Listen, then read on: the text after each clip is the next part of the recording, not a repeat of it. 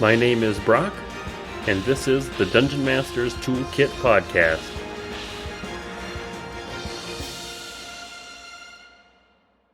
On today's episode, I talked to JoCat, which many of you are probably familiar with. We talk about how he runs and preps games. There's a section about reflavoring existing classes and mechanics for your characters. And we talk a little bit about making your own world and getting player feedback and some tips for both new and old DMs. And there's a bunch of other little topics that are in there as well. And we finish up the episode with a couple fun little discussion questions. So I hope you look forward to that. If you're interested in helping out the show, don't forget to like, comment, and share the episodes. Contact me if you or a DM you know would like to be on the show. Use any of the affiliate links in the show notes. Or support me over on Patreon or buy me a coffee.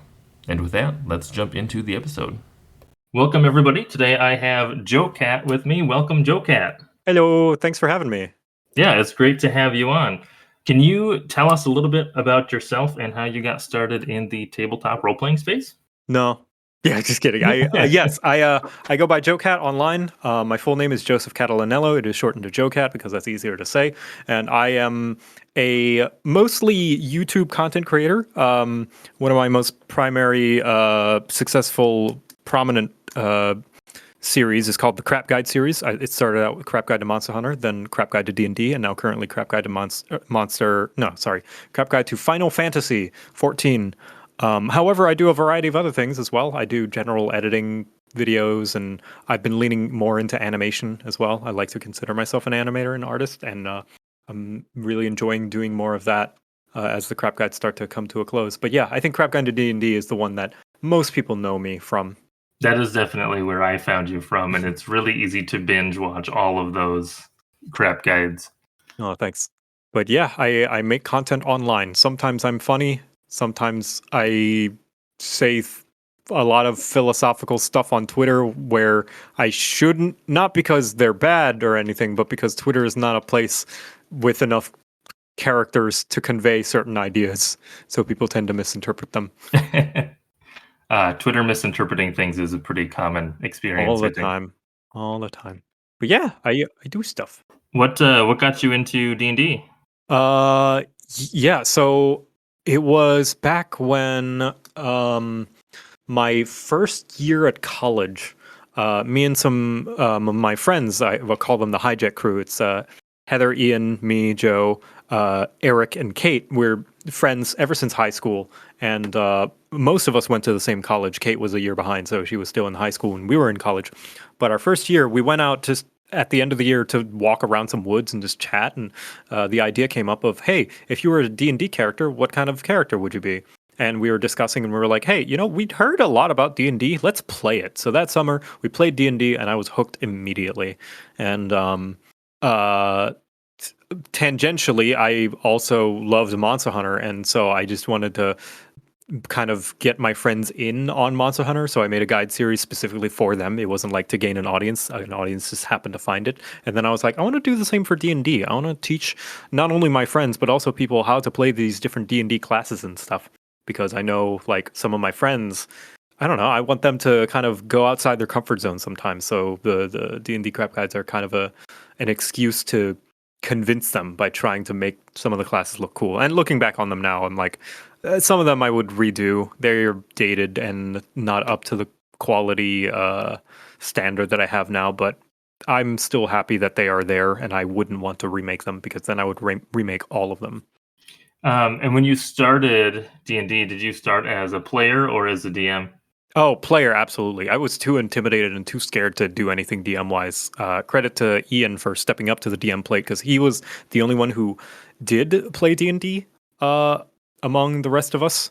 So he was willing to be the DM. And of course, he and all of us, we were stumbling through. We didn't know what we were doing, but we were having fun. It was very fun. And my first character was very much a pseudo self-insert, much as I would have insisted at the time that he wasn't. But I think a lot of us input a lot of ourselves into our first characters. Yeah, I definitely could see that with my first character as well. What class? What was your class for your first one? Oh, I had a skewed idea of what a rogue and a bard was. Because I thought charisma was a viable skill for rogue, and it is. You know, D&D is open enough that you can play any class with any build, essentially. But I thought the rogue was the smooth talker, you know, and all that stuff. And as time went on, I was like, no, bard is the one that really, you know, like calls to my heart. But I did make a rogue that played a lot like a bard, and you know he had a musical instrument, and he had an entertainer background, and he danced a lot. He was a circus tumbler. Um, and then after I played a bard as my second character, Storig, that I really out there compared to what I was used to at the time. I was like, this feels right. So from then on, I love bards. And I should clarify: is this fifth edition that you started with, or was it a different edition of D Yes, and it D? is fifth Fifth edition. edition. I'm not familiar with other editions of D&D, although I have played Pathfinder once or twice. Um, I and fourth edition once, and that was a mess. But no, fifth edition is my home, and I'm happy with it. It seems like most of the people that I talk to either came in on fifth edition, or that's at least the current edition that they play. Yeah, So a lot of people have come in on it. it's.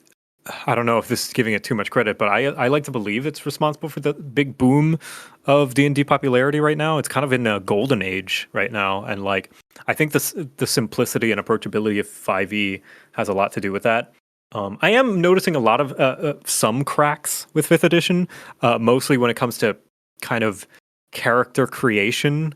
Other than the warlock, a lot of the characters that I make like just feels very all right, copy and paste these features and not too much customization aside from feats, which is why I like to give players one free feat when they make a character when I DM.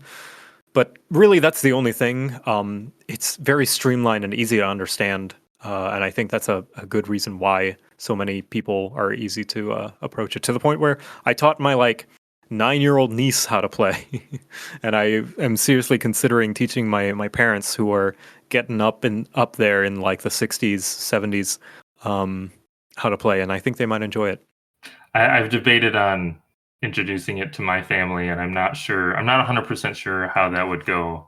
I know my sister is really into it as well, with me. She's one of the main people that plays with me, and our parents are always like, "Oh, they're gonna go do their like D&D thing," but they've never really expressed much interest outside of that. So Yeah, because I'm not they think sure. it's a weird like board game thing, right? It's like, yeah, it. Which I mean, I don't blame them. It does look like weird board game stuff, and when it was around in like the 80s and 70s, it's just like you hear that it's the nerd hobby.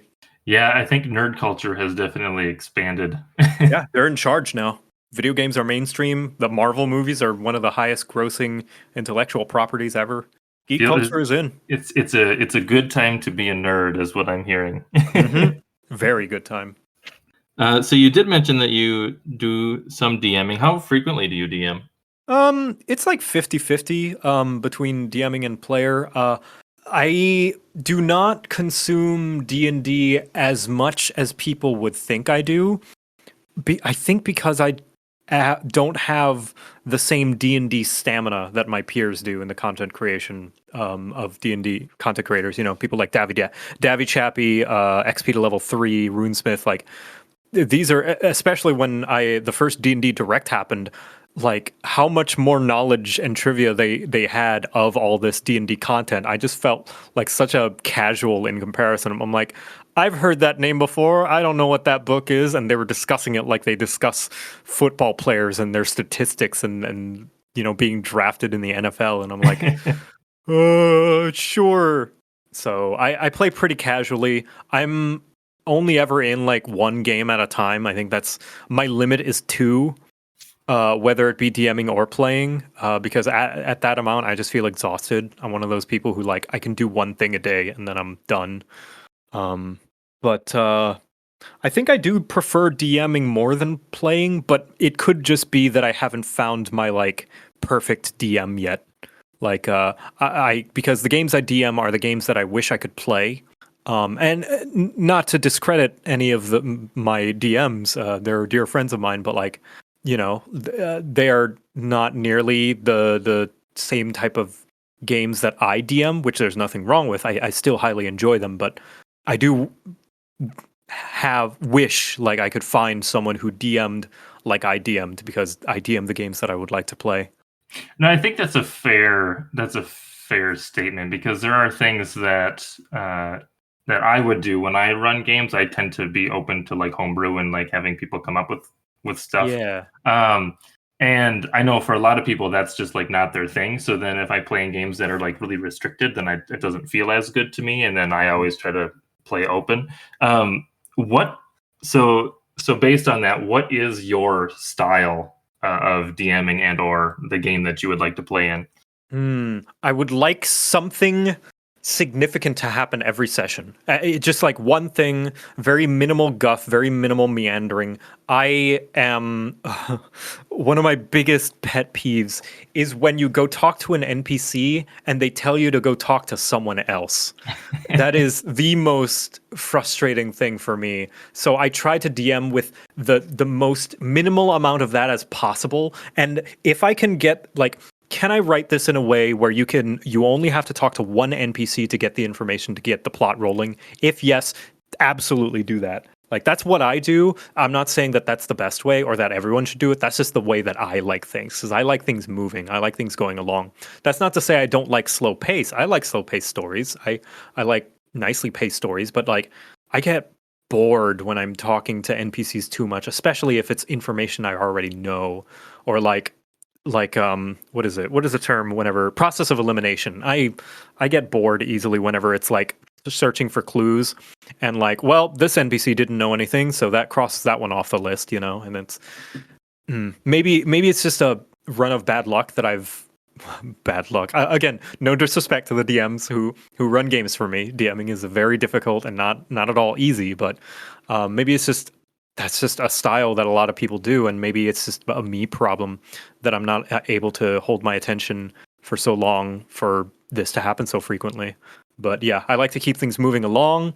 I like to have the goal set out at the beginning, so there's an overall kind of overarching like plan from the very beginning. So I always like, okay, I know what we're doing. These are all just additional things that are kind of assisting in that one main quest. I like visuals. I really like visual stuff. I can do theater of the mind, but I'd much prefer having something visual, especially with NPCs. I like this to see who I'm talking to and stuff like that. And I like easier games. I realize. I think I'm more in it for the story. I think a younger me would have said that I am 50-50 on combat and story. And I think in some ways I still am, but I definitely lean story. And I discovered this after I played a Darkest Dungeon campaign that was run by Blaine Simple. And it was so stressful. Again, nothing wrong with this type of game, but like we were constantly, every encounter, whether it be combat or otherwise, because there were non-combat encounters, would be an uphill battle. Short resting would mean we would get levels of exhaustion. We would constantly be poisoned and have disadvantage on everything, and I just wasn't enjoying it. So I think I like a kind of easing off that stuff. Sure, challenge me, and I will challenge the players, but I like to give them a chance to win. Give them some mercy. That definitely sounds like Darkest Dungeon. Yeah, I mean that's the thing, right? That's why like this is what I signed up for, but you never know until you actually do it. But yeah, it wasn't for me. I realize, especially with how much slower D&D is compared to a video game. So it just felt a lot slower, and I think that compounded with my need for something significant to be to feel of a sense of accomplishment and forward progression, which sometimes Darkest Dungeon doesn't allow because of how difficult it is, right? When you say like you want something to happen, you're talking like there needs to be like a major story beat happening. Yes. Or I mean even a minor story beat, just something is progressing. Yes, The or at overall least a change of environment. I ran a game, Necrohunt, which is on my YouTube. Hey, I get to plug. Hey, watch Belkin's Necrohunt to see how I DM. And I made sure that every session took place in either a different location or had the players doing something different than the last session. Right. So it wouldn't have a lot of continuation. Like, of course, it builds upon the previous session, but it's not like they weren't able to finish this thing last session, so they will continue to do it this session and all throughout, and then the next session. It's like, no.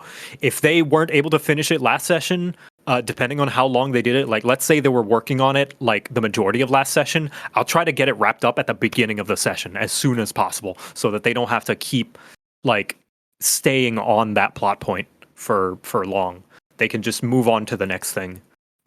Maybe that sounds impatient, but I just prefer to keep the pace up and make each session feel unique, and that something different happens. Yeah.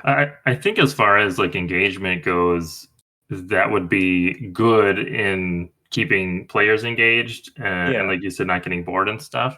Mhm. Um, I almost the kind of my style is almost running each individual session more as a one shot. So Mm. kind of the same idea, right? Like, okay, we have this thing we're gonna do, we're gonna do it, and then you can have like downtime and stuff after that, kind of between almost like missions almost, but kind of try to get everything wrapped up, kind of like what you're saying Yeah. here. I think that's probably a good way to look at it. And I think for me, it just because long-term campaigns for me tend to fizzle rather Yes. quickly. Oh my gosh. So it's like we're just gonna do it a one shot, and if we get another one shot with the same characters in, the next time, and we get to advance, that's Yeah, you great. make it like an anthology series. Right. And if it doesn't happen, then it's like, well, we still at least got to finish, Yeah. the first That's ones that we did. That's another thing that I prefer to play and also run is games with a clear ending.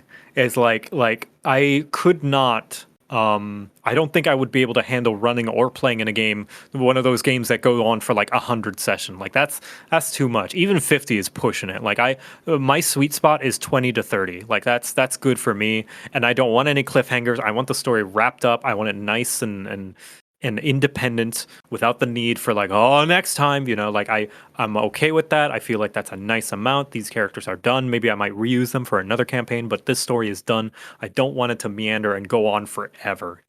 Some people do like those games. They want to have their characters and just like continue forever and play with them forever.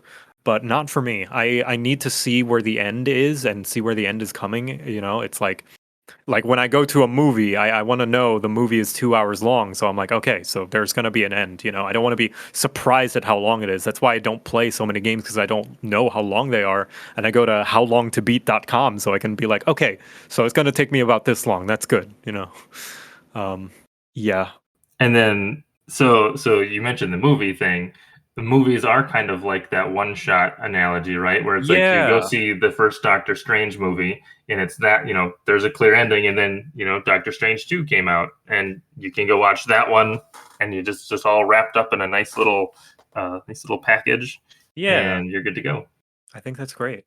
And I might want Um to try doing that someday. Like have a quote unquote definitive character that and just like a anthology series, kind of like those Saturday morning TV shows where there's no overarching plot, there's no overarching story that's leading to an end. It's just like an episode of, say, SpongeBob, and what shenanigans is he gonna get up to today? It's not gonna have anything to do with the previous episode, but it's gonna be fun. That does sound interesting, and I might want to try that one day. But Sometimes the genre that you're in can change that too.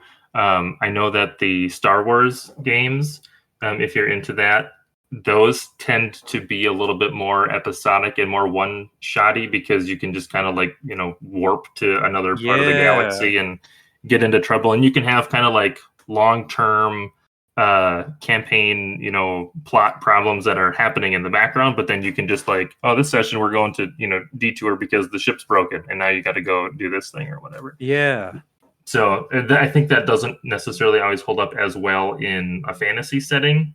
Like, mm, things are a little bit more continual in fantasy because you can't just jump around all over the place, um, unless you have portals or something. So there's an idea. um, so with your DMing, you said you have a like 20 to 30 session limit.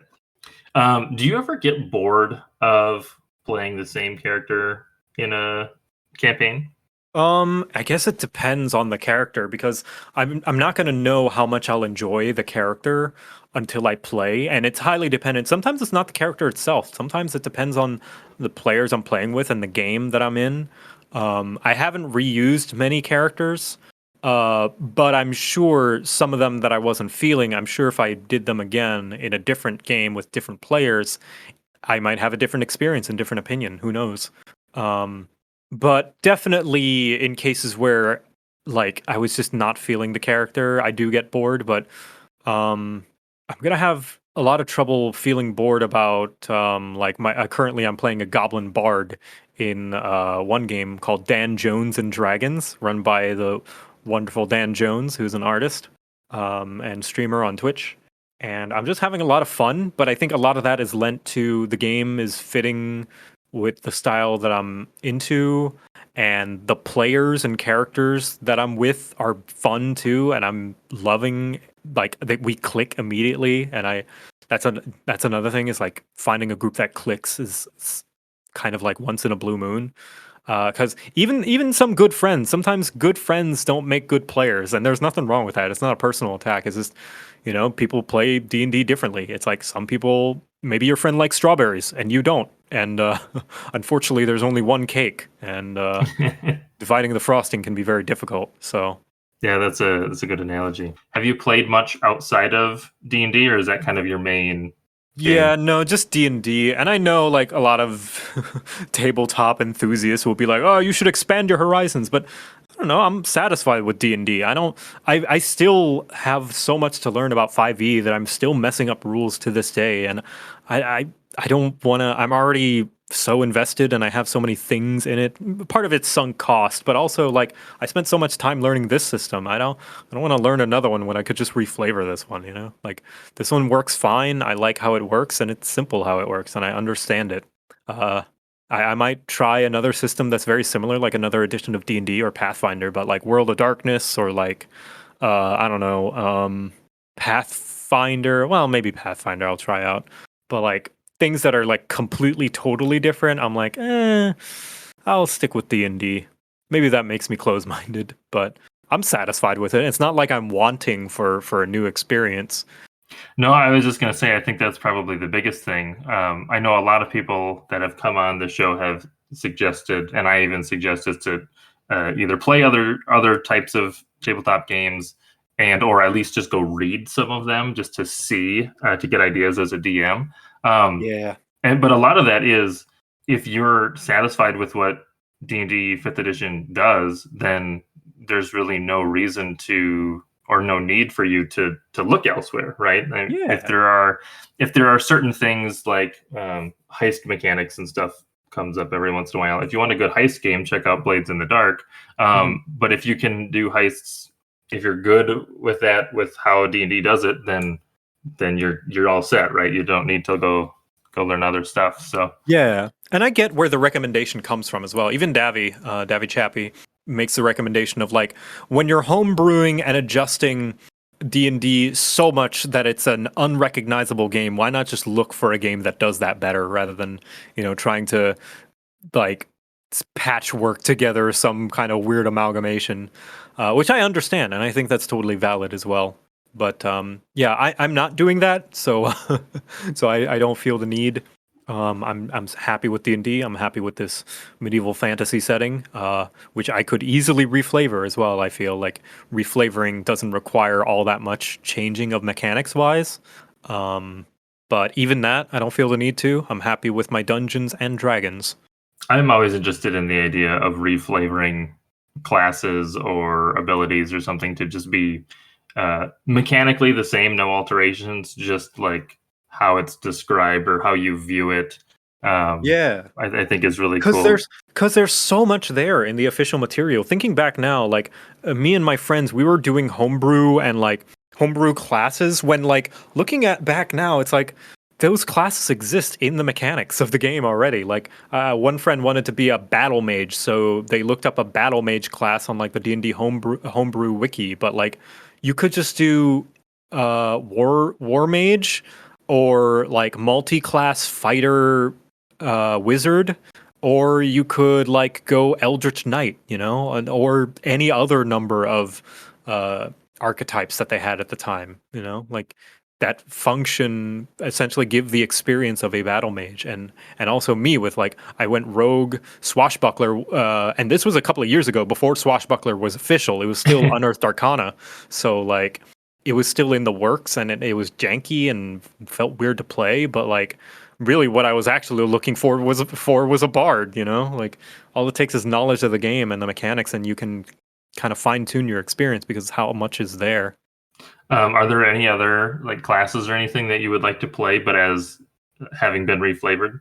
I mean, I reflavor classes all the time. Like, I although they do play on the actual class, like I've been thinking of doing like a kind of big brawler, kind of usher slash bouncer style monk that they don't study at a monastery or anything. They weren't taught by monks at a temple. They're just a street brawler, but using the monk class as a basis to build upon that unarmed combat skill, right? Uh, or like Davi's the king of this. Davi made a sailor, a magical sailor who uses the stars to chart his course and uses magic to push the wind to propel his sails. I want you to guess what class he played. That reminds me of the druid, the new one, the star druid or whatever. Yep, he played a druid pirate. His wild shape did not take the form of an animal, and although yes, the archetype does specifically say it turns you into stars, but I wouldn't have thought a druid swashbuckling pirate, But he just used it as a basis for the mechanics rather than the flavor, and I think that is fantastic. Yeah, that's really cool.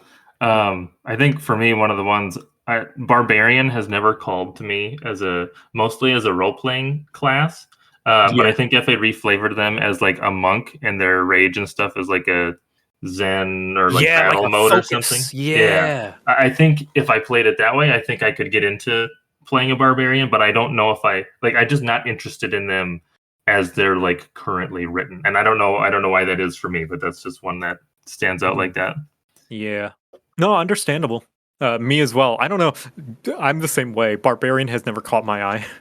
I think just because it's such a straightforward, not boring, but just like you get what it is. You get what you sign up for. It is what it says on the tin. It's a barbarian. Like it's not all that complicated. So is Bard by far your favorite class to Oh, play? absolutely. To the point where I I don't put much weight on identifying with media, like using uh, entertainment media as part of one's identity, but I do feel like a bard as well. Like bard just speaks to me on an emotional level, not only in function but also just like I don't know. If I were a D&D class, I would like to be a bard. That sounds fun. Fair enough. And the idea of a jack of all trades that like has a little bit up their sleeve, has a little bit of power tucked up their sleeve of knowledge of everyone. The fact that the bard is a jack of all trades, master of none, because they dip their toe in a little bit of everything. That I always like that thematically. I do feel like the Bard is a pretty good class if you want to do like if there's something that the rules don't do super well, you can probably make a Bard do it. Yeah, I've looked at because like they have a pretty decent spell list and they've got a lot of kind of not necessarily generic abilities, but they're just generically good for yeah, the most yeah. part, which you could use or reflavor to pretty much any I would, scenario that you yeah, I wanted. would argue that bards have the best spell list because of magical secrets. Therefore, they can have any spell they want, which means they could have combinations that were probably never meant to be. And I think that's where a lot of that flexibility comes in, and where I've looked at them as for doing certain builds because, like you said, you can just be like, oh well, I need like most of these spells that are already on the list, and then I'll just grab these couple that just really make the Yeah. build the rest of the way. Yeah, you get it. I really like to read rule books for some reason, so Yeah, it gives you ideas. I mean, I'm sure some people will be like, oh, well, you could just pick the magical initiate feat. And yeah, that's true. But it's like, it's not the same. It's not inherent, right? Like anyone could pick feats. But the bard, it's like, it's part of the bard's kit, which I think is very cool. um, So, for going back a little bit to running games, how do you tend to prep for sessions? Ah, yes, you asked that, and I didn't answer. Um, so prepping, I usually like to write out a layout, kind of general bullet points of interest for that session. So I'll do what I call landmarks. They don't necessarily always have to be landmarks, but just like chapters in this session. Like there's a store, and maybe there's someone in the store that could use some ingredients, and there's a conspiracy going on. Or maybe there's this other NPC that is struggling to find their pupil. They're like a wizard in a wizard's tower, and they want to bring back their pupil to help them with the wizarding because they need to help people and heal them and assist with their problems. But then the student has to, I don't know. The student is arguing that they don't want to help because they never got the choice to live their own life. And so what if a few people die? They never got the chance to have their own freedom, like, and throw those in, maybe tie it into the main plot. And sometimes I'll write like individual like sentences, like pre-written stuff because I'm bad at improv sometimes. But I will write out a general layout of these characters and what they believe so that when that improv comes up, I know what to say, even if I'm bad at saying it. So I don't have to spend much time thinking. I want to spend as little time thinking as possible in my session. That is not to say that I over prepare, which itself is like a subjective what is over preparing, everybody has a different definition, but I won't prepare every possible dialogue interaction, for example, but I will prepare like, okay, this NPC has this motivation and this backstory and this belief and ideal. And that can usually answer a lot of questions when it comes to improv whenever the players are like interacting with them, because I keep those things in mind and then I can always kind of remember, okay, what would they say in this scenario? Well, think back on what their ideals are and then just use that. But yeah, usually I can anticipate some of what my players might do or like what might go down, and I can write around that. But most of the time, I'm just like bullet points, ideals of these characters, and landmarks. Sure. So, it's how long does it take you to prep that? Oh, sometimes a long time when I can't figure out what I want this area to have in terms of culture and people. Sure. In that sense, that pre-prep, like prepping before the campaign even starts, that one takes a long time because I want to have a solid idea of what this world is. And I think there's no way to over-prepare that, because knowing a solid foundation of your world will go a long way in making it feel real and immersive. Of course, don't over-prepare individual sessions, but I think you cannot over-prepare the world.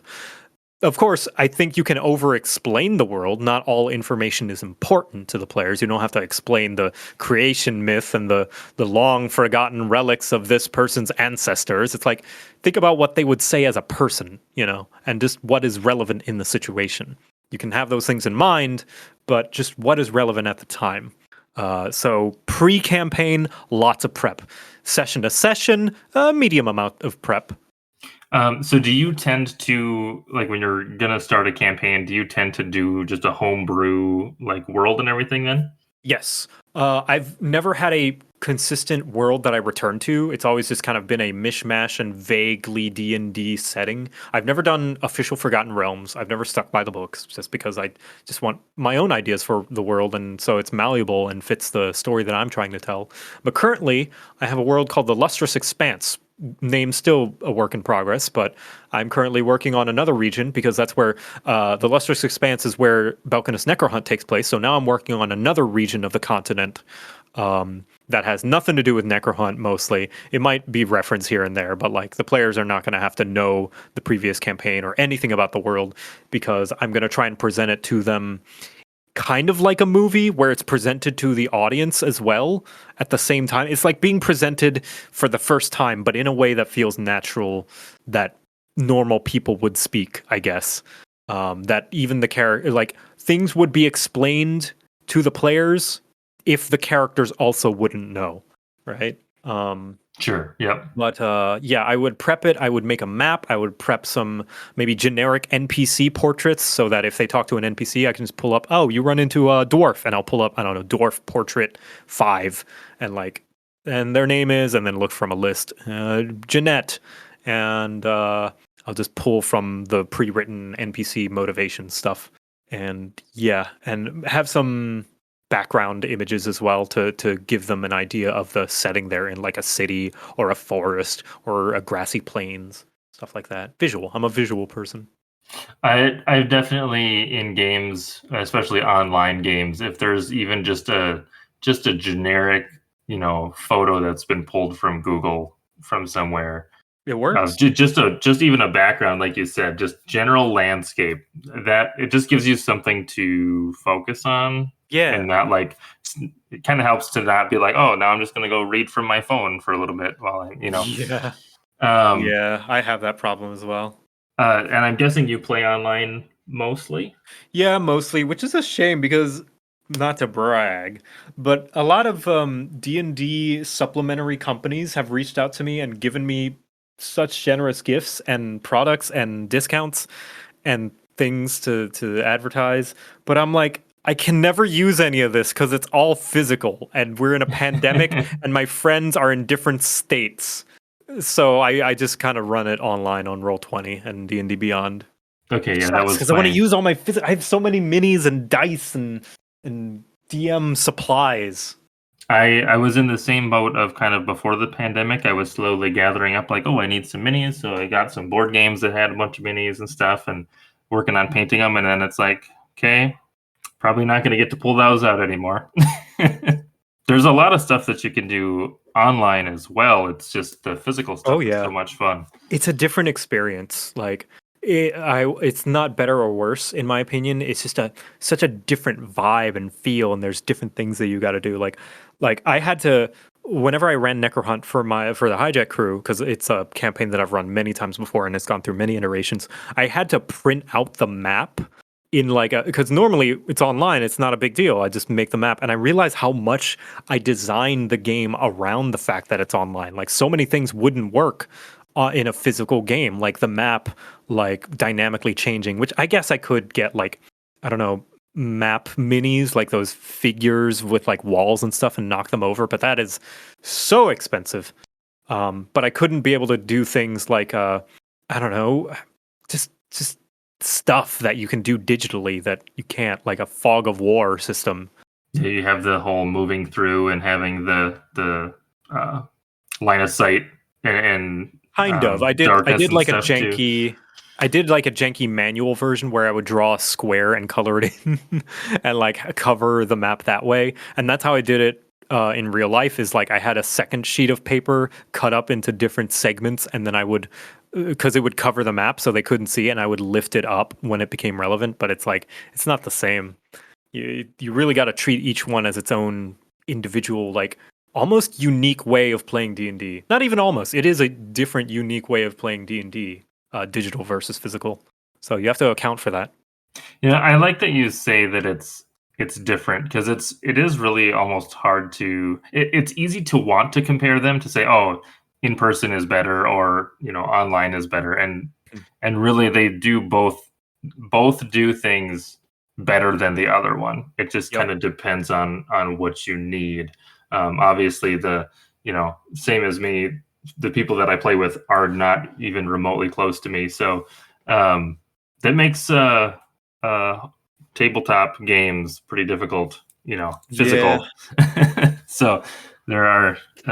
And there's a lot of tools for online stuff, and there's a lot of really cool physical stuff you can get too. So, when you're running games, I know you like to have like a thing happen every session. Does that mean that your games tend to be more, I don't want to necessarily say like railroady, but more kind of focused on the story, or is there still some sandbox elements there? How does that look for you? Yeah, I would say railroad isn't the wrong word to use. I feel like that's a taboo word that we're scared of using. It's like, oh no, it's a railroad. But I don't see anything wrong with a railroad. You know, it gives you a direction to go so you don't meander for too long because that's one thing that I also don't like is sometimes when I'm a player at least, I'm like, okay, what are we supposed to do? I guess talk with everyone or like look around. I don't know. When I meander too much, I feel bored.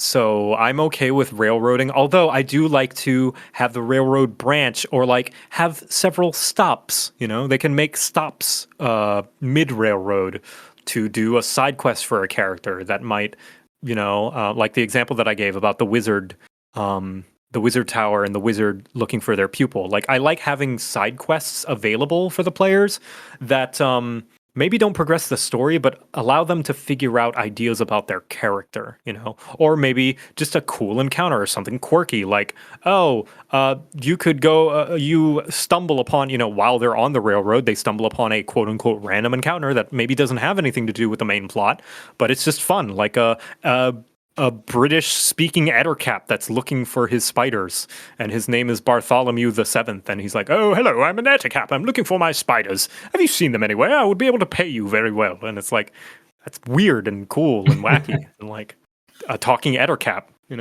I love it. But Yeah. yeah, So my games are more railroady. I think my next game is gonna be slightly more open, but it's still, demanding the players to go do a thing primarily. Yeah. I don't know that there's any game really where you just drop in and are like, okay, you guys are here and you exist.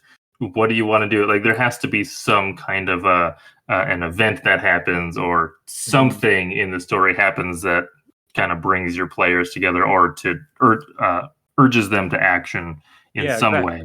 So I know my wife, for example, she also likes things to be fairly railroaded. It. She doesn't like to not know where she's going, right? She just Yeah. I want to know what the story is and what we're working on, and then if we need to, branch off a little bit during the game, that's great. But otherwise, like, where's the next where's the next story thing we go to? Do you have advice for new dungeon masters? Oh man, that's a broad question. Do you have any specifics? Nope. All right, great. Whatever you want. New dungeon masters are usually people who have never dungeon mastered, and I would say the first step is doing it. And if you're doing it, then that's already way more. You're going to learn way more from experience than any amount of me telling you what to do can be. Aside from what I've already said, like prep the world a lot, prep the sessions a little. But even that has its nuance, Like Ginny D made a fantastic video about the don't over prepare advice doesn't work for everyone, and also what does that mean? Like what is how much preparing is over preparing? It's going to differ from person to person. So the best thing I can say is just practice and feel it out. DM lots of games, try things out. Listen to your players' feedback. Like even push them. Players, especially new players, are scared of giving feedback because they're like, "Oh, you put so much work into it, and it's good, it's fine." But like, push them. Be like, "No. Tell me anything that you might have wished happened, or might have been different, or felt slow, or things like that." Because that's what I do. After every session, I ask my players, "What do you think? What could have been done better?" Sometimes they'll have nothing for me, and sometimes they'll be like, I kind of got bored of that part, and like accept it. Don't make excuses. Don't even let your players make excuses for you of like, oh no, but that's realistic and that's what fits this scenario. No. If they weren't having fun or a part could be better, like then it could be better, and apply it. Apply that thought into future sessions because that's going to help you improve. I like the idea of pushing players for feedback a little bit because Yeah. yeah, I totally agree. I've played in a couple and like you said, sometimes it's like, oh, what's the feedback? It's like, well, I mean, it's pretty good.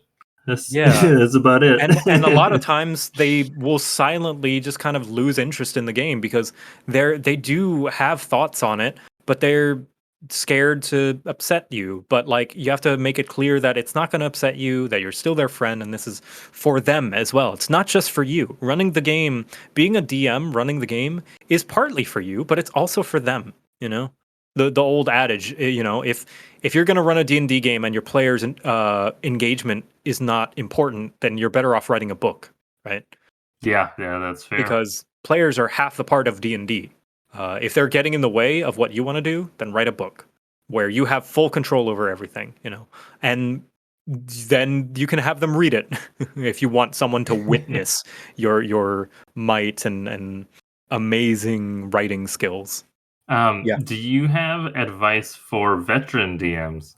Veteran DMs. Switch it up a little bit. That's an interesting one that I've not heard of before, and that might take some thinking. Uh, this might be a misplaced thought, but most veteran DMs are forever DMs. So I have advice for forever DMs: play games. And I know they probably want to play, but it's more important that you play because playing will make you a better DM. I ran Necrohunt for this one player, Aaron, also goes by Yarrow Shin, and he was a forever DM. And I noticed that some of his players that in the game that he was running were having a lot of issues, we'll say, and there seemed to be a divide between the feedback that they gave him and the vision he had for his game that he soon realized when he became a player and learned, oh, I see that's why my players wanted this, because now that I'm in this seat, it feels this way, you know. So, and that goes for players as well. This is advice for players. Players DM, because that will make you a better player. That will help you understand your DM better and make things easier on them, and it can help and not feel so weird whenever you're like, I want to do XYZ, and your DM kind of overcomplicates things, and you're like, why though? Why are you overcomplicating this? It makes sense in my head, but when you're in the DM seat, it's like you get it, you know, you understand. It's cooperation. I like that. I think that's a really good. That's really good advice. Is there anything that you struggle with as a DM? Remembering things all the time. I'll try to implement like intertwining stories and plot threads and especially character stuff. If it's a player character thing, um I sometimes am more biased towards some characters than others. I think we all are. And sometimes I'll subconsciously leave others by the wayside and not give them all that much stuff. And sometimes just totally forget. You know, I'll just forget a part of their backstory that might have been very, very important. But yeah, I think that's a deeper thing of like, I think I have ADHD. I'm seriously considering going to the doctor. Because every time I see a post on Twitter about a meme or a joke about ADHD, I'm like, this is getting scarily relatable. I think I might have it. I think I might have to go to the doctor. So it might just be an ADHD thing. It might just be because I'm bad at remembering things. Maybe I need to write down more stuff. But yeah, remembering plot threads, even ones that I wrote down. Oh, and also writing things down in general. I have so much things that are just caught up in my head that I should write down, but I'm like, it'll be in my head. I'll remember. And then the session will end, and I'll be like, oh crap, I forgot to mention that thing. That's another one. Yeah, as far as being a DM goes, there's just so many moving parts between like the rules and managing like the monsters, and the next thing that happens, it's really easy to misplace some of that information. Yeah. Though I will agree, my TikTok is determined that I have ADHD as well. So I mean, you might be onto something there. I'm not It doesn't exactly hurt sure. to try, right? The only thing that hurts is my wallet. Is there anything else that you want to chat about before we wrap up? Hmm. mm, Trying to think. It's a good D&D discussion, because I like asking like D&D questions that prompt thought. Um, Most smashable D&D villain. Strahd is not. Strahd doesn't count. He looks too much like a dude. Strahd is cheating. Oh man, Or I, let's say D&D monster, classic D&D monster. monster. It's the most smashable D&D monster, and nothing humanoid either. Nothing humanoid. Nothing humanoid, because that would be cheating. You just go crack open the monster manual. Mhm. Oh, that's a tricky one. I would, much as the memes of, got it. After talking about being a bard, dragons. You know, I would say dragons, even though that's kind of a vanilla answer, mostly just for the novelty and the street cred you would get. That, you know, could you imagine? Like, it's no wonder so many people sleep with dragons. It's like it's a mighty powerful creature that likely has control over some kind of element and a massive gold hoard. It's like sleeping with a celebrity. You know what? That is fair. Yeah. I don't know why my mind didn't go to dragons. Well, I mean, owl bears is another good option. You know, big Oh, and fluffy bears. like bears. They're cute faces like owls. we Gelatinous we cube. You want to be hugged all over? That one might not end super well. Well, no, none of them will end super No, well, I don't that's imagine. true. That's true. Donkey from Shrek pulled it off, though. So I mean, Yeah, Donkey pulled it off. Yeah. my knowledge of D&D. How about any of the bird races like Aarakocra Yeah. or Yeah, I think they're human enough. that's maybe cheating a little bit. Ooh, actually, I got a better question. Aside from chest, what would be aside from a treasure chest? What would be another terrifying mimic? What would be a terrifying mimic kind of creature? Like if a mimic could take on another shape, what would be another terrifying thing that you hope would not be a mimic? I mean, I've seen like just about anything like common items in your household, but like specifically like a toilet would be very bad. I was just thinking toilet because that's when you're most vulnerable. Yeah. But just like walking into a house, like or like a bed or something even too, Oh, right? bed Like mimic. Oh man. just especially in a in like a dungeon or something, you're probably at least like thinking, hey, there could be a mimic in here, right? Like there's treasure Yeah. chests, we're going to be a little bit nervous, but like if you walk into the tavern, You and sit then on the like chair and it suddenly has teeth. right, right, and it would probably Mm. like if you put your arms down, it would just like wrap around your arms and pin you there, Yeah, and yeah, yeah. I don't know. I think I could take on a chair mimic. You know, it would especially if be it's a like those dinky wooden chairs. Maybe that's optimistic. Maybe I'm probably not as strong as I think I am. if it was like a big nice like armchair. Ooh, no, yeah, I'd be dead. Yeah, it would like suck you in like those big soft leathery seats. Like there's no way you're getting out of those. There's no way Yep. you're getting out of those even if it wasn't a mimic. That thing is like quicksand made of comfort. There's a new animation idea for you. Yeah. Make an animation of a Other mimic. mimics. Hmm. Yeah, those are the two, I guess. I like prompting those fun discussions. That's good. That's good. That's more difficult questions for me to answer than I've had on the episodes. So Wonderful. awesome. Well, JoCat, it was great having you on. I really enjoyed chatting with you. Thanks for having me on, Brock. Thanks for listening to this week's episode of the Dungeon Master's Toolkit podcast.